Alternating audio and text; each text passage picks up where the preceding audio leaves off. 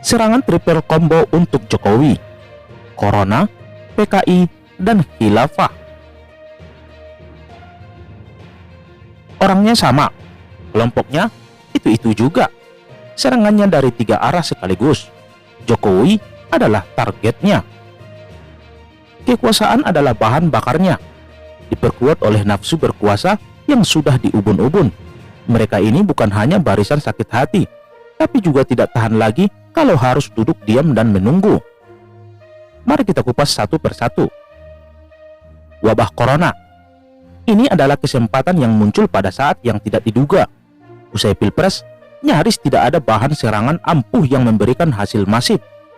Kalaupun ada, serangan itu lemah. Misalnya, isu Rohingya, Uighur, dan isu India. Ketiganya dengan cepat meredup, tidak menggapai momentum yang diperlukan untuk menggoyang pondasi pemerintahan.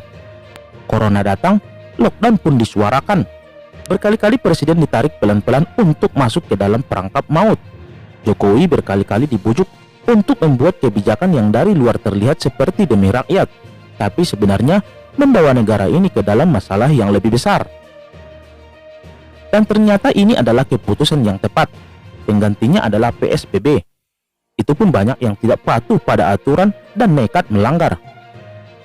PSBB yang merupakan lockdown versi enteng, itu pun tidak banyak yang bisa patuh, apalagi lockdown yang pastinya butuh tenaga dan biaya ekstra besar. Bayangkan kalau ternyata itu gagal. Bukankah negara ini akan mudah digoncang gejolak dan masalah sosial? Isu corona tak mempan. Ternyata hantu yang biasanya muncul di bulan September dipanggil mendadak pada bulan Mei. Isu PKI adalah langkah selanjutnya. Kayaknya ada yang sedang ngebet, kebelet, dan mau kejar target sehingga isu PKI dipakai lebih cepat dari tenggat waktu yang biasanya. Penggoreng isu PKI ini adalah orang-orang yang kurang lebih sama. Ini sudah diperkuat oleh data dari pendiri Drone Emprit dan Media Kernels Indonesia, Ismail Fahmi. Para top influencer ini yaitu Tommy Soeharto, pendakwah Haikal Hasan, wakil sekjen MUI Tengku Zulkarnain, politikus Gerindra Fadlizon, dan beberapa lainnya. Selain itu, akun Twitter @_digembok juga mulai buka suara soal isu ini yang dipoles untuk kepentingan politik. Bagi yang waras, isu PKI ini hanyalah alat untuk menjatuhkan pemerintah, apalagi sedang disibukkan dengan upaya mengatasi wabah corona. Isu PKI ini ibarat sesuatu yang tidak ada, tapi diada-adakan, kemudian di-blow up, digoreng, dan diviralkan oleh beberapa tokoh agar masyarakat percaya akan kebangkitan komunis atau PKI. Lalu muncullah satu pahlawan yang sudah pasti berasal dari keluarga sebelah. Kalau memang PKI itu nyata, sudah dari dulu mereka ketahuan gerak-geriknya. Semua yang mereka ributkan hanyalah asumsi, narasi palsu, dan dari katanya. Buktinya mana? Dan satu lagi, mereka juga dengan liciknya berkelit dengan mengatakan siapapun yang protes dengan apa yang mereka suarakan patut dicurigai. Mereka yang bangkitkan isu yang tak pernah ada, lalu kita dituding sebagai orang tak waras. Keterlaluan sekali. Yang ketiga adalah isu khilafah. Beberapa waktu lalu, Kemenko Polhukam pernah menyebut diam-diam ada kelompok yang menyuarakan khilafah di tengah pandemi.